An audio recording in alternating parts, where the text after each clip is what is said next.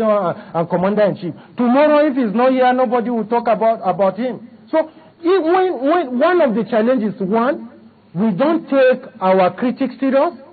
We don't take our think tank serious. For instance, I was at a workshop organized by Office of National Security Advisor recently, and there was an expert who spoke on Boko Haram. That expert has PhD in medicine, and some of the issues he raised, I asked him.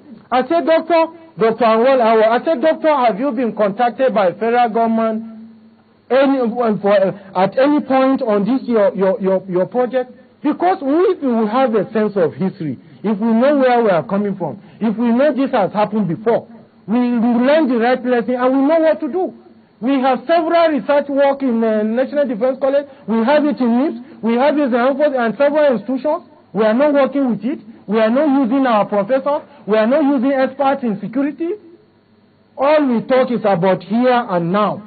That is why it is not working. There is enough advice that is given every morning on channels, on other television, editorials of newspaper about how to move this country forward. But when those comments are made, instead of government officials to look at it in the right light, they look at all those who make those comments as opposition.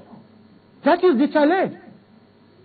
But in terms of advancement, I mean, if you say that the Nigerian army is making a lot of progress, why don't we see that in all the other security outfits? For instance, say the police, because, of course, they get a lot of flack from Nigerians about how they conduct themselves.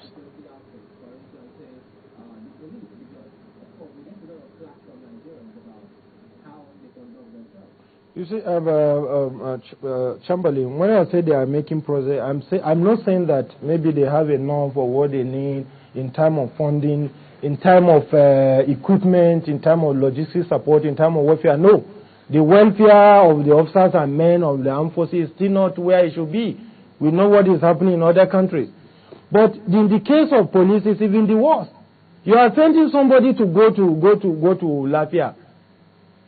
That kind of assignment is not an assignment. It's not a mission that you should go in a truck.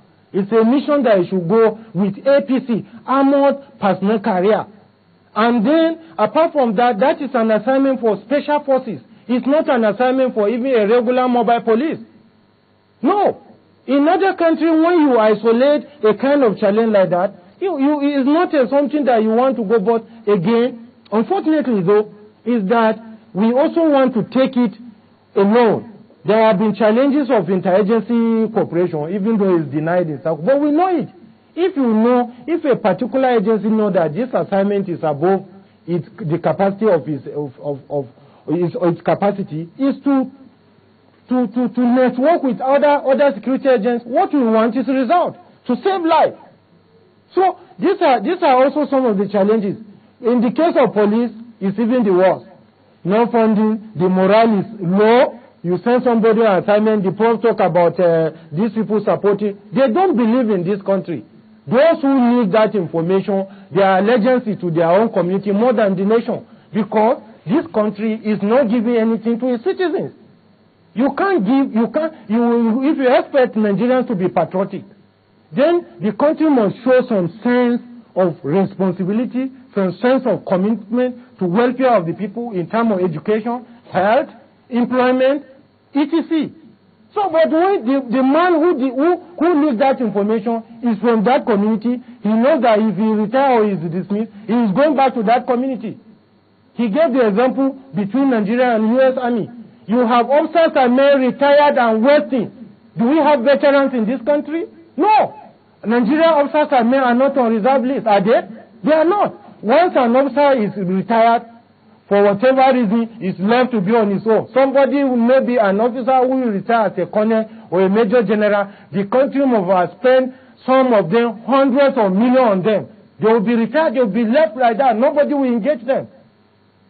Is that the way other countries treat their veterans?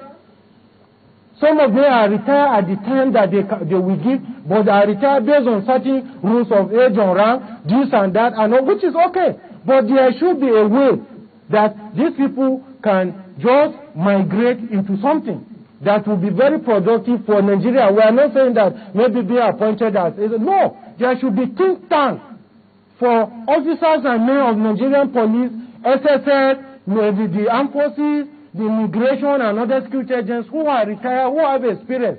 For instance, there will be a policeman now who has served in Nasarawa State, who is retired, who knows the issue of a gun, who will be useful to this operation. You go and bring him. That is the way America understands, carry out its operation. They will get a think tank who understands maybe the US, the Middle East or a particular region to come and say, look, what do we do? What is the dynamic of this society? How do they behave? How do we break it? What are we doing here in Nigeria? No. Our decision always is about here and now, and anybody who is not in government, that person has nothing to offer. And whatever that person, he or she says, is just to bring down government. That, we must change that attitude. This country is for all of us, whether in or out of government, and therefore those who are in privilege to lead this country on our behalf.